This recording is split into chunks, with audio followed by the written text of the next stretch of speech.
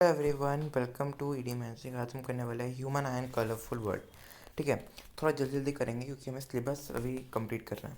सबसे पहले ह्यूमन आई क्या है। ह्यूमन आई आप देखोगे एक सेंस ऑर्गन है जो हमें चीज़ें देखने में मदद करता है और ये बहुत ही वैल्यूएबल है।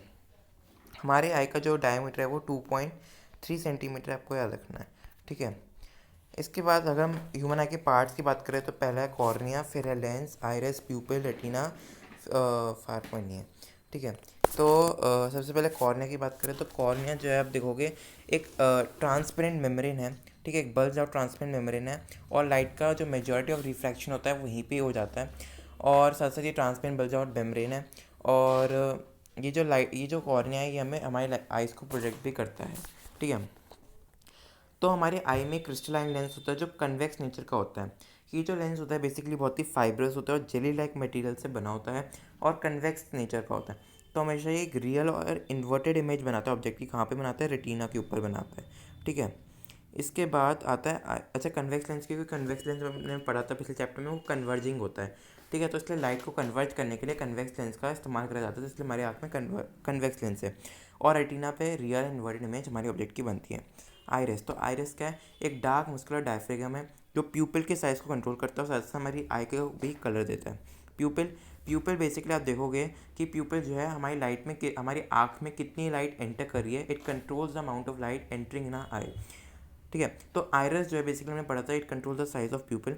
तो अगर ज़्यादा लाइट एंटर करे तो आयरस प्यूपिल के साइज को छोटा कर देगी ताकि कम लाइट एंटर हो सके। और अगर कम लाइट हमारी आंखों में एंटर कर रही है तो आयरस जो है प्यूपिल के साइज़ को बढ़ा देती है ताकि ज़्यादा लाइट रेज हमारे ताकि कोई ना कोई लाइट रे हमारे आँख में एंटर कर सके, हम ऑब्जेक्ट को देख सकें। ठीक है, सो प्यूपिल क्या है? आप देखोगे कि एक ब्लैक होल है जो आयरस के बिल्कुल मिडिल में पाया जाता है। और ये जो प्यूपिल है it controls the amount basically it controls the amount of light entering in are आई। ठीक है, और आइरिस को कंट्रोल करता है साइज ऑफ प्यूपिल को। फिर आता है रेटिना। रेटिना क्या है? रेटिना एक डेलिकेट मेम्ब्रेन है। ठीक है, और इस रेटिना के ऊपर बहुत सारे लाइट सेंसिटिव सेल्स होते हैं जिन्हें हम कॉन्स और रॉड्स कहते हैं। तो ये जो रेटिना है इसके ऊपर ये एक डेलिकेट मेम्ब्रेन है और इसी के ऊपर जो है रियल इन्वर्टेड इमेज बनती है हमारे ऑब्जेक्ट की। इसके पास बहुत सारे लाइट सेंसिटिव सेल्स हैं जिन्हें हम रॉड्स और कॉन्स कहते हैं। ठीक है, रॉड्स और कॉन्स। तो एक डेलिकेट मेम्ब्रेन इस पर रियल इन्वर्टेड इमेज बनती है ऑब्जेक्ट की और इसमें क्या है? इसके पास क्या है? लाइट सेंसिटिव सेल्स हैं। एक चीज़ भूल गए, वो है optic nerves. Optic nerves basically वो नर्व्स है जो इलेक्ट्रिकल सिग्नल्स ट्रांसफर करते हैं ब्रेन को। ठीक है, और वो कौन जनरेट करता है? वो रेटिना पर जो लाइट सेंसिटिव सेल्स थे वो जनरेट करते हैं। तो उन इलेक्ट्रिकल सिग्नल्स को ब्रेन तक ट्रांसफर करते हैं कौन? Optic nerves. फिर आता है अच्छा हमारी जो आँख है उसका नियर पॉइंट क्या है? तो हमारी आँख का नियर पॉइंट आप देखोगे 25 सेंटीमीटर है और हमारी आँख का फार पॉइंट क्या है? 25 सेंटीमीटर टू इन्फिनिटी है। ठीक है, इसके बात कर इसके वो बात करें हाँ, तो नियर पॉइंट क्या है? 25 सेंटीमीटर, फार पॉइंट इन्फिनिटी है। ठीक है, अब आता है power of accommodation. Power of accommodation कहते हैं कि the ability of the eye lens to adjust is focal length. Eye lens की एबिलिटी की फोकल लेंथ को एडजस्ट कर सकते। देखो, अगर ऑब्जेक्ट पास में रखा है तो जो सिलेरी मसल्स होती है वो कॉन्ट्रैक्ट करती है। ठीक है, अब जब सिलेरी मसल्स कॉन्ट्रैक्ट करती है तो फोकल लेंथ जो है हमारी आइज का कम हो जाता है और क्योंकि जो आई लेंस होता है वो थिक हो जाता है। ठीक है, जिसकी वजह से हम पास में रखे हुए ऑब्जेक्ट को देख पाते हैं। और अगर ऑब्जेक्ट दूर रखा है तो सिलेरी मसल से करते रिलैक्स हो जाती है जिससे फोकल लेंथ जो है बढ़ जाता है और आई लेंस जो है थिन हो जाता है, हम और दूर की चीज़ देख पाते हैं। तो आई लेंस की फ्लेक्सिबिलिटी की वजह से और सिलेरी मसल्स की वजह से हम पास और दूर की दोनों की चीज़ देख पाते हैं। तो इसलिए इसी आई लेंस की एबिलिटी को जिससे वो अपनी फोकल लेंथ को एडजस्ट कर लेता है जिसकी वजह से हम पास और दूर दोनों के ऑब्जेक्ट को देख पाते हैं, उसे हम कहते हैं पावर ऑफ एकोमोडेशन। ये आपने यहाँ पे पूरा दे रखा है। ये डायग्राम दे रखा है यहाँ पे। ठीक है, डायग्राम यहाँ पे दे रखा है जैसे ऐसे। ठीक है, तो यहाँ पे आप देख सकते हो कि आइरस, कॉर्निया सब कुछ यहाँ पे, एक्विस ह्यूमर आप देख सकते हो, विट्रस ह्यूमर। ठीक है, ये सब चीज़ें। मायोपिया, तो मायोपिया को हम कहते हैं नियर साइटेडनेस। तो मायोपिया एक ऐसा आई डिफेक्ट होता है जिसमें हम पास के रखे हुए ऑब्जेक्ट को देख पाते हैं बट हम दूर के रखे हुए डिस्टिंक्ट ऑब्जेक्ट्स को हम नहीं देख पाते, they are not clearly visible. और जो मायोपिया में होता है, जो मायोपिया में क्या होता है, जो इमेज होती है वो रेटिना के आगे बनती है, यहाँ पे बन जाती है, रेटिना पे इमेज आगे बन जाती है। ठीक है, मायोपिया के दो कॉजेज है। पहला क्या? तो कर्वेचर जो आई लेंस का बहुत ज़्यादा बढ़ जाता है।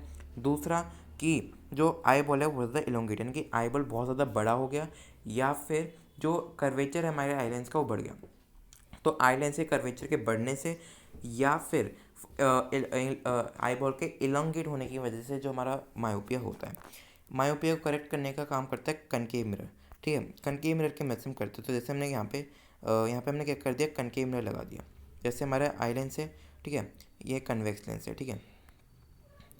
तो आप देखोगे जैसे ये है, ये कन्वेक्स लेंस है और कनकेव है। तो अगर लाइट रेज यहाँ पे आती है ना, तो ऐसे ही इसे डाइवर्ज कर देता है और डाइवर्ज करने के बाद यहाँ पे वो मीट कर जाती है। ठीक है, तो इस कनकेव मिरर की वजह से जो है रेटिना पे इमेज बन जाती है। और आप देखोगे मायोपिक आई का डायग्राम है। तो ये मायोपिक आई का क्या है, डायग्राम है। इसमें हम देख रहे हो रेटिना के आगे बन रही है इमेज। ठीक है, तो जो नियर पॉइंट है वो, जो फार पॉइंट है वो आगे आ जाता है। तो मायोपिया के लिए हम क्या करते हैं, कनकेव लेंस का इस्तेमाल करते हैं। तो आपको क्या याद करना है, आपको सबसे पहले दोनों पॉइंट याद रखना है, मायोपिया होता क्या है, ठीक है, इमेज कहाँ बनती है, फिर आपको कॉज याद रखना है, फिर करेक्शन याद रखना है, और फिर दोनों डायग्राम भी आपको याद रखना है। ठीक है, फिर हाइपरमेट्रोपिया। हाइपरमेट्रोपिया होता है फार साइटेडनेस। तो हाइपरमेट्रोपिया का ऐसा साइड इफेक्ट होता है जिसमें हम दूर की चीज़ें देख सकते हैं पर पास की चीज़ें हम नहीं देख सकते। ठीक है, हाइपरमेट्रोपिया में जो इमेज होती है ना, वो हमेशा रेटिना के आगे बनती है, रेटिना के बिहाइंड बन जाती है। तो image is form behind the retina. ठीक है, और दो कॉजेज है, बिल्कुल उल्टा है। पहला कि curvature of eye lens decreases and the eye ball became short. तो आई बॉल छोटा हो जाता है, या फिर फोकल या फिर कर्वेचर जो है कर्वेचर जो है आई लेंस का वो छोटा हो जाता है। तो आई लेंस का जब कर्वेचर छोटा होता है या फिर आई बॉल छोटा हो जाता है, तो इन दोनों केसेस में हाइपरमेट्रोपिया हो जाता है। फोकल लेंथ बढ़ जाता है या फिर कर्वेचर छोटा हो जाता है, एक ही चीज़ है। ठीक है, इसके करेक्शन के लिए हम करते हैं, हम कन्वेक्स लेंस का यूज़ करते हैं। जैसे ये है, ठीक है, और ये कन्वेक्स लेंस है। तो यहाँ पे लाइट रेज आई, ठीक है, अब इसने इसको क्या करा है, कन्वर्ज कराया। ठीक है, कन्वर्ज कराया और फिर ये यहाँ पे आके इसे दोबारा और कन्वर्ज करवा देगी। तो यहाँ पे हमारा रेटिना पे ऑब्जेक्ट की इमेज बन जाएगी।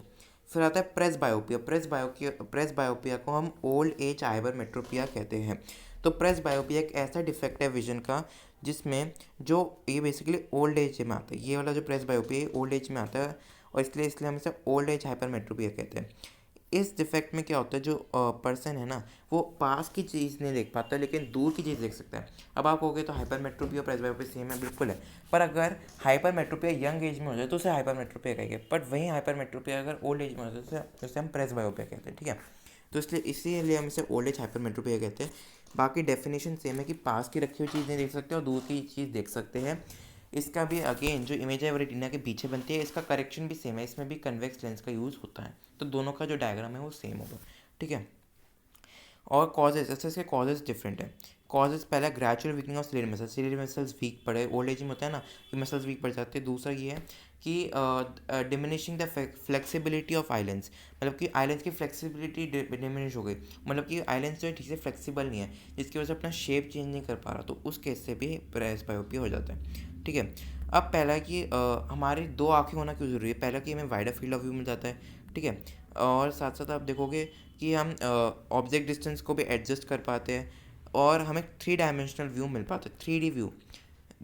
एक आँख से सिर्फ 2D मिलेगा, लेकिन दो आँखों से 3D व्यू मिलेगा इस वजह से। ठीक है, कितने मिनट का हो गया, 8 मिनट का।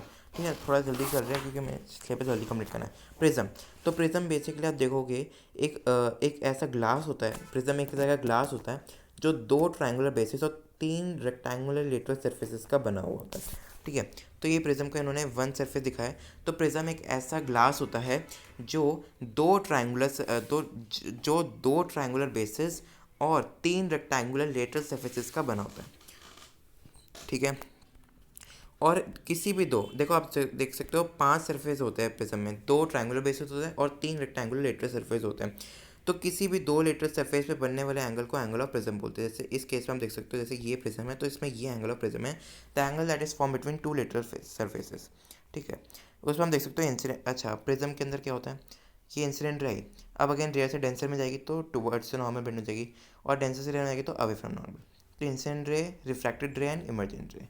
ठीक है, ये हमारा क्या आ गया, ये हमारा इंसिडेंट रे आ गया। ये हमारा आप देख सकते हो क्या आ गया, रिफ्रैक्टेड रे आ गया। और ये आप देखोगे ये हमारा इमर्जेंट रे आ गया। ठीक है, ये इमर्जेंट रे आ गया। ठीक है, इसके बाद एंगल ऑफ डेविएशन आता है। तो जो एंगल इंसिडेंट रे और इमर्जेंट रे के बीच में, जैसे आप देख सकते हो इंसिडेंट रे, तो जब मैं इसे पीछे प्रोड्यूस करता हूँ, इमर्जेंट रे को आगे करता हूँ, तो इन दोनों के बीच में बनने वाले एंगल को कहते हैं the angle that is form between incident ray and emergent ray is known as, क्या कहते हैं, एंगल ऑफ डेविएशन बोलते हैं, ठीक है। इसके बाद आता है ग्लास प्रिज्म। तो कहता है कि अगर ग्लास प्रिज्म में मैंने वाइट लाइट को पास करवाया तो वो रिफ्रैक्ट होगी, लेकिन वो 7 कलर्स में डिवाइड हो जाएगी, ठीक है। तो इस फिनोमेना को हम कहते हैं dispersion, the splitting of white light into 7 colours when it is pass through the prism. जब वाइट लाइट को मैं प्रिज्म से पास कराता हूँ वो 7 कलर्स में डिवाइड हो जाती है, स्प्लिट हो जाती है, तो उस प्रोसेस को हम कहते हैं डिस्पर्जन। और इस बैंड ऑफ 7 कलर्स को हम कहते हैं स्पेक्ट्रम, ठीक है। So when white light is allowed to fall on the prism, it got split into 7 constituent colors. This process is known as dispersion, and the 7 band of colors that are obtained is known as spectrum. ठीक है। और उसका acronym क्या होता है? VIBGYOR. Violet, indigo, blue, green, yellow, orange, red. तो इन 7 colour से बना होता है हमारा वाइट लाइट। और जब वाइट लाइट जब प्रिज्म में जाता है तो वो इन 7 कलर्स में डिवाइड हो जाता है, ठीक है। एक और चीज़ आपको वेरी इंपॉर्टेंट, सीबीएसई इसमें से क्वेश्चन बहुत ज़्यादा पूछता है, सच कह रहा हूँ। क्या पूछता है वो आपसे पूछता है कि भैया बताओ कौन सी लाइट रे कम डिवाइड होती है, कौन सी ज़्यादा डिवाइड होती है। हमेशा याद रखना, जिसकी वेवलेंथ ज़्यादा होगी वो उतना कम बेंड होगा, उतना कम एंगल ऑफ डेविएशन होगा। तो हमेशा याद रखना, जो रेड लाइट होती है ना, उसकी वेवलेंथ हमेशा ज़्यादा होती है, जिसकी वजह से क्या होता है, जिसकी वजह से रेड लाइट की बेंडिंग सबसे कम होती है, उसका एंगल ऑफ डेविएशन भी कम होता है। वहीं पे जो वायलेट होती है, इंडिगो होती है, ब्लू होती है, ये सब जो होती है ना, इनकी वेवलेंथ कम होती है, जिसकी वजह से इनका डेविएशन बहुत ज़्यादा होता है, इनकी बेंडिंग बहुत ज़्यादा होती है, ठीक है। सो जो एंगल ऑफ जो डेविएशन होता है ना, वेवलेंथ के क्या होता है, इन्वर्सली प्रोपोर्शनल होता है। ये आपको याद रखना है, वेरी इंपॉर्टेंट। जितनी ज़्यादा वेवलेंथ उतना कम डेविएशन, उतनी कम बेंडिंग, ठीक है। तो रेड, ये मैंने आपको बता दिया। अच्छा, why spectrum is form when white light is pass through है। तो कह रहा है कि जो न्यूटन बाबा थे ना, उन्होंने एक ऐसा प्रिज्म रख दिया, उसके पास में कि इन्वर्टेड प्रिज्म रख दिया। जब उन्होंने इस प्रिज्म में वाइट लाइट फॉलो कराई तो अगेन क्या है, 7 कलर्स में डिवाइड हो गई। फिर क्या हुआ कि 7 कलर्स में डिवाइड हो गई। फिर उसके बाद जब उन्होंने इन 7 कलर्स को एक दूसरे प्रिज्म पे, एक इन्वर्टेड प्रिज्म पे अलाउ करा पास करने को, तब ये जो लाइट रे है, जबकि जो लाइट रे से क्या करके आप देखोगे कि इस प्रिज्म के दूसरी साइड से वाइट लाइट निकली, यानी कि यहाँ से वाइट लाइट निकली, 7 कलर्स में डिवाइड हुई। फिर हमने इन 7 वाइट कलर्स जब हमने इन 7 कलर्स की लाइट को जो है दूसरे प्रिज्म पे पास करवाया, और जब दूसरे प्रिज्म से जब देखोगे एक वाइट लाइट निकली, तो इसे हम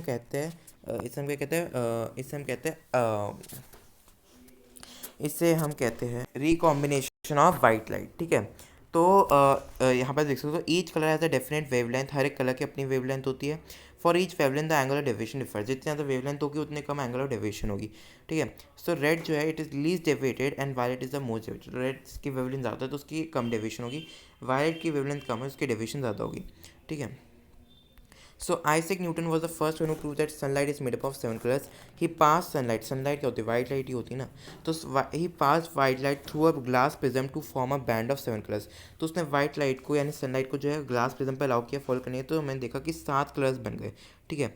फिर he tried to split the colors further by putting another prism ahead of the prism forming spectrum, but he failed to obtain more colors, ठीक है। तो उन्होंने एक और प्रिज्म रख दिया, एक इन्वर्टेड प्रिज्म रख दिया उसके आगे, and he allowed those 7 color of lights to fall on that prism. What he observed that from the other side of the second prism, inverted prism, he saw that a white light is emerging. It means that all those 7 colored lights combine in the second prism and forms white light again. So this helps Isaac Newton to prove that sunlight is made up of 7 colors. Sunlight किसका बना है? 7 colours का बना है, विपक्योर का बना हुआ है, ठीक है। तो उससे क्या बने, उसने देखा कि जो स्पेक्ट्रम थे यानी 7 बैंड ऑफ कलर्स थे वो फिर से वाइट लाइट में कन्वर्ट हो जाते हैं। वाइट लाइट यानी कि सनलाइट, ठीक है। और वाइट लाइट एंड सनलाइट किसके बने होते हैं? 7 कलर्स के बने हुए होते हैं।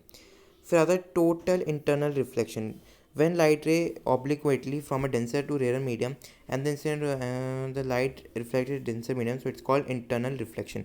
तो इसका हम रेनबो में यूज़ करेंगे, ठीक है। Light reflects in the denser medium. तो अब देखो condition necessary for internal reflection. इससे पहले मैं आपको रेनबो की बात करता हूँ। तो सबसे पहले रेनबो की बात करते हैं। तो जैसे वाटर ड्रॉपलेट है, तो रेनबो फॉर्मेशन, अब आसमान में रेनबो बनता कैसे है? तो एक वाटर ड्रॉपलेट है, अब उस वाटर ड्रॉपलेट पे फॉर एग्जांपल जो है सनलाइट पड़ी यानी वाइट लाइट पड़ी, तो क्या हो जाएगी, जो वाइट लाइट है ना ये रिफ्रैक्ट हो जाएगी और ये डिस्पर्स हो जाएगी, ये स्प्लिट हो जाएगी, डिस्पर्जन हो जाएगा। फिर क्या होगा, इसी रेन ड्रॉप के अंदर जो है टोटल इंटरनल रिफ्लेक्शन होगा और ये ऐसे रिफ्लेक्ट हो जाएगी इसी के अंदर, और फिर बाद में फिर से रिफ्लेक्ट होकर जो है बाहर चली जाएगी और ऐसे हमारा रेनबो बनता है। तो रेनबो आप देखोगे एक नेचुरल स्पेक्ट्रम है, नेचुरल 7 कलर्स का बना हुआ एक स्पेक्ट्रम है जो हमें स्काई में नज़र आता है जब सन और रेन शावर एक साथ होते हैं। हमेशा जो रेनबो होता है हमेशा सन के अपोजिट डायरेक्शन में बनते हैं। Rainbow is always form to the opposite direction of sun. ठीक है, रेनबो में 3 फिनोमेना लगते हैं, डिस्पर्शन, रिफ्लेक्शन और इंटरनल रिफ्लेक्शन। तो जो वाटर ड्रॉपलेट्स है they are suspended in air after rain. These droplet behave as glass prism. When light enters the rain drop it first refract, सबसे पहले रिफ्रैक्ट होती है और डिस्पर्स होती है। Then it reflects internally and again refracts as it come out of the drop and the 7 colors reach the eye of the observer in the form of rainbow, जैसा आप इस डायग्राम में देख सकते हो। ठीक है, तो वाटर ड्रॉपलेट जो है प्रिज्म की तरह एक्ट करती है या एटमॉस्फेयर में रहती है। जब सनलाइट इनमें एंटर करती है तो पहले रिफ्रैक्शन होता है, फिर डिस्पर्जन होता है, फिर टोटल इंटरनल रिफ्लेक्शन होता है, ये इंटरनली रिफ्लेक्ट करती है और फिर ये दोबारा रिफ्लेक्ट करके बाहर आती है और ऑब्जर्वर के आई में गिरती है और फिर हमें रेनबो नज़र आ जाता है। फिर आता है एटमॉस्फेरिक रिफ्रैक्शन। तो एटमॉस्फेरिक रिफ्रैक्शन को देखो, the refraction by different layers of atmosphere is called atmospheric refraction.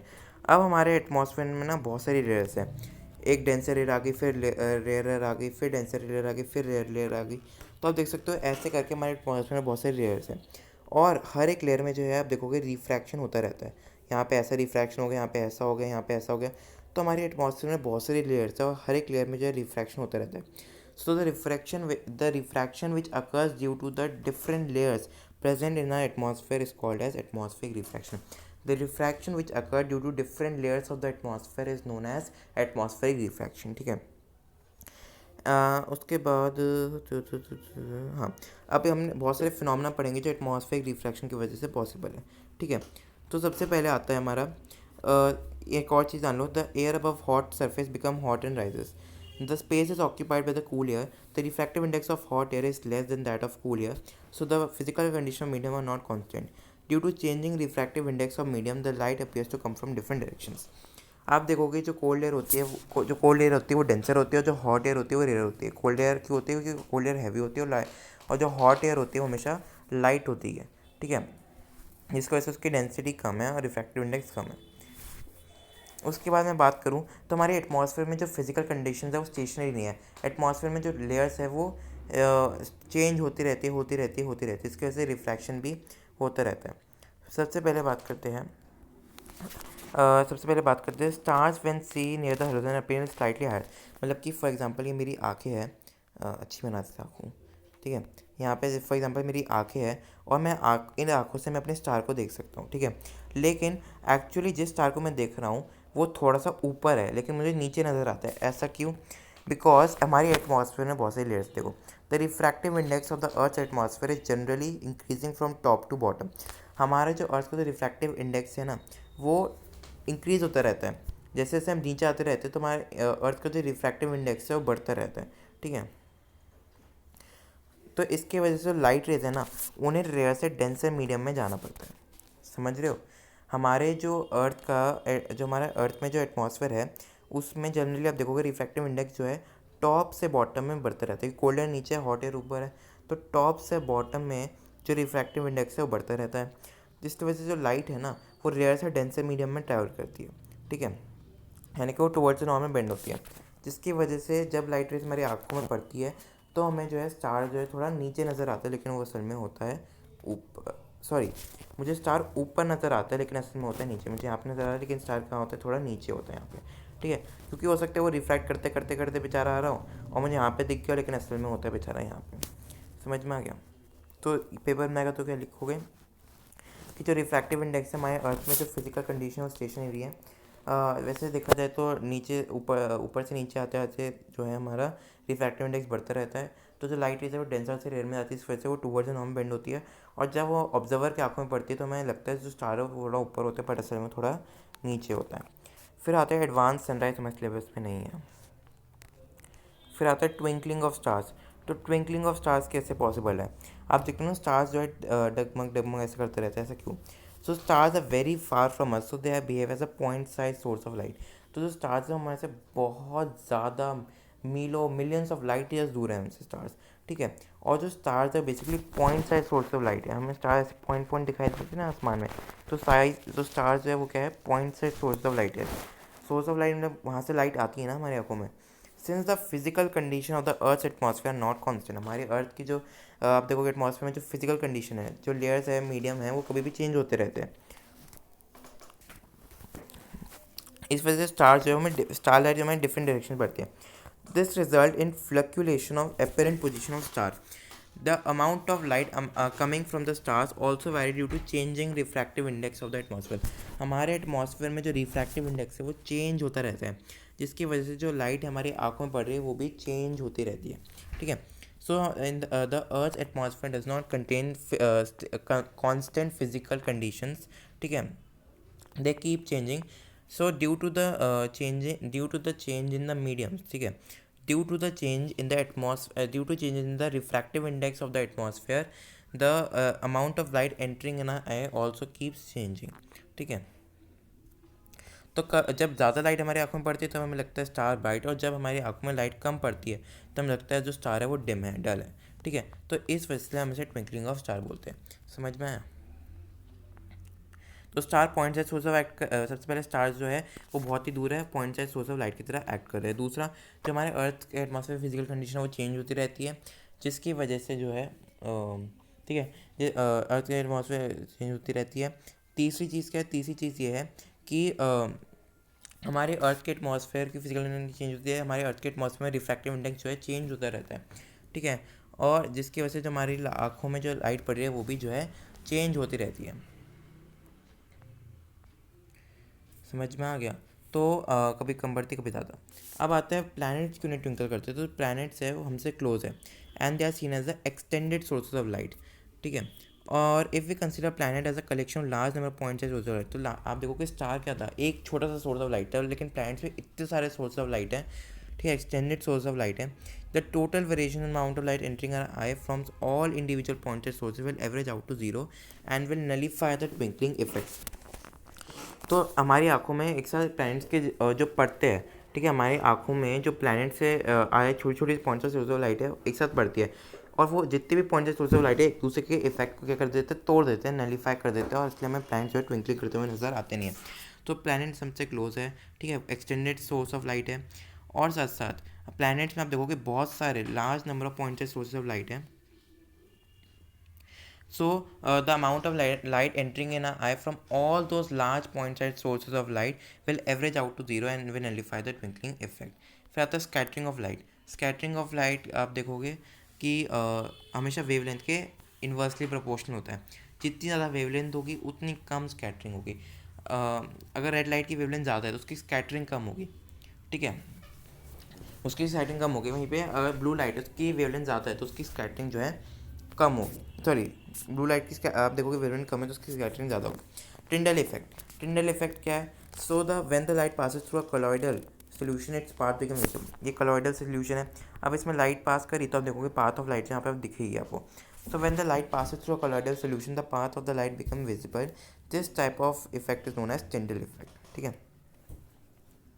इसके बाद इसके दो एग्जाम्पल है। पहला कि part of light become visible when the light enters a dark and dusty room through a silt or ventilator.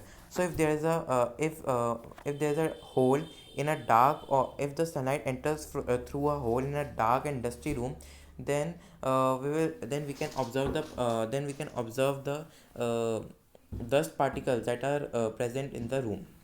ठीक है। Similarly आप देखोगे part of light become visible when light passes through the canopy of the trees of the dense forest. तो एक dense forest के अंदर जितनी भी ट्रीज है उसमें अगर सनलाइट पास करे कैनोपी में से तो आप देखोगे जो पार्ट ऑफ लाइट है वो फिर से विजिबल हो जाएगा। ठीक है, इसमें पार्ट ऑफ लाइट विजिबल था, इसमें भी। अच्छा, हमारे एटमॉस्फेयर में जो पार्टिकल्स है वो बहुत ही छोटे छोटे हैं, जिसकी वजह से वो वेवलेंथ जो ब्लू कलर की लाइट होती है उसकी वेवलेंथ कम होती है, जिसकी वजह से क्या होता है वो जो छोटे छोटे पॉइंट पार्टिकल्स होते हैं ना वो ब्लू लाइट को स्कैटर कर पाते हैं। ठीक है। अब जो रेड लाइट होती है वो लॉन्गर वेवलेंथ की होती है, तो सिर्फ जो पार्टिकल्स बड़े बड़े साइज़ के होते हैं ना, मीडियम साइज़ के जो पार्टिकल्स होते हैं सिर्फ वही रेड लाइट को स्कैटर कर पाते हैं। तो ब्लू कलर की वेवलेंथ की जो लाइट होती है वो छोटी होती है, जिसकी वजह से वो उसकी स्कैटरिंग ज़्यादा होती है। एटमॉस्फेयर में जो स्मॉल पार्टिकल्स है वो इसलिए ब्लू लाइट को स्कैटर कर देते हैं। वहीं पे जो रेड लाइट है उसकी वेवलेंथ बहुत ज़्यादा होती है। ठीक है, इसके वजह से सिर्फ मीडियम साइज पार्टिकल्स ही रेड लाइट को स्कैटर कर पाते हैं। Even larger particles scatter all the colours of light, that is why it appears white. तो आप देखोगे जो बड़े बड़े, देखो छोटे तो हो गए ब्लू को करते हैं, मीडियम जो है रेड को करते हैं, बड़े किसको करते हैं, तो बड़े जो है आप देखोगे जो बड़ी लाइट, जो बड़े पार्टिकल्स होते हैं ना वो सभी लाइट को स्कैटर करते हैं, इसकी वजह से हमें वो वाइट लाइट नज़र आती है। ठीक है, जिसकी वजह से वो में जो पार्टिकल्स सभी लाइट को स्कैटर करते हैं वो बड़े होते हैं और इसलिए वो में वाइट नज़र आते हैं। जैसे क्लाउड हो गए, क्लाउड्स में जितने भी पार्टिकल होते हैं वो बहुत बड़े बड़े होते हैं। ठीक है, जिसकी वजह से वो वाइट लाइट को, इस वजह से हमें वाइट नज़र आती है क्योंकि पार्टिकल्स बड़े होते हैं तो वाइट लाइट को स्कैटर करते हैं। ठीक है, इसके बाद wide range sides are made of red colour, क्योंकि रेड कलर की आप देखोगे स्कैटरिंग कम होती है, रेड की वेवलेंथ ज़्यादा उसकी स्कैटरिंग कम होती है। ठीक है, तो it is least scatter by fog. हाँ, तो कि रेड कलर की स्कैटरिंग कम होती है, उसकी वेवलेंथ बड़ी होती है। ठीक है, और इस वजह से जो है डेंजर साइंस जो है रेड कलर के बनाए जाते हैं। ठीक है, तो कि एटमॉस्फेयर में जो पार्टिकल छोटे होते हैं लेकिन रेड कलर में तो ठीक से रेड कलर स्कैटरिंग नहीं कर पाते, स्कैटरिंग नहीं होती तो वो होती है। स्काई ब्लू क्यों नहीं जाते, क्योंकि एटमॉस्फेयर में जो है जितने पार्टिकल्स होते हैं वो छोटे होते हैं। छोटे पार्टिकल्स की वजह से क्या होता है तो छोटी वेवलेंथ वाली लाइट को स्कैटर करते हैं, नहीं ब्लू लाइट को स्कैटर करते हैं। ठीक है, तो हैंस क्या होता है, हैंस जो है ब्लू लाइट को स्कैटर ज़्यादा करा जाता है और इस वजह से स्काई जो है ब्लू अपीयर होता है। ठीक है, एस्ट्रोनॉट्स को स्काई ब्लैक क्यों दिखता है, ब्लैक इसलिए दिखता है क्योंकि डार्क इसलिए दिखता है क्योंकि जो स्पेस होता है ना, स्पेस में एटमॉस्फेयर नहीं होता तो स्कैटरिंग ऑफ लाइट पॉसिबल नहीं है, इसलिए जो स्पेस है उन्हें ब्लैक नज़र आता है। फिर क्लाउड वाइट क्यों दिखते हैं, क्लाउड जो वाटर वेपर से बने होते हैं। ठीक है, क्लाउड आप देखोगे water vapours condense to form water droplets, और वाटर वेपर जो वाटर ड्रॉपलेट बना देते हैं। ठीक है, और बेसिकली क्लाउड में हम दिखना कि क्लाउड जो होता है वो वाटर वेपर्स का बना होता है और कंडेंस होकर वाटर ड्रॉपलेट्स बनाते हैं। अब क्लाउड के अंदर जो पार्टिकल्स होते हैं वो लार्ज साइज़ के होते हैं, जिसकी वजह से वो सारी लाइट को स्कैटर कर पाते हैं और इसकी वजह से जो है वो हमें वाइट नज़र आते हैं। ठीक है, लास्ट वाला हमारा सिलेबस एक लीड है, तो हमारा ह्यूमन आई वाला पूरा चैप्टर होता है कंप्लीट।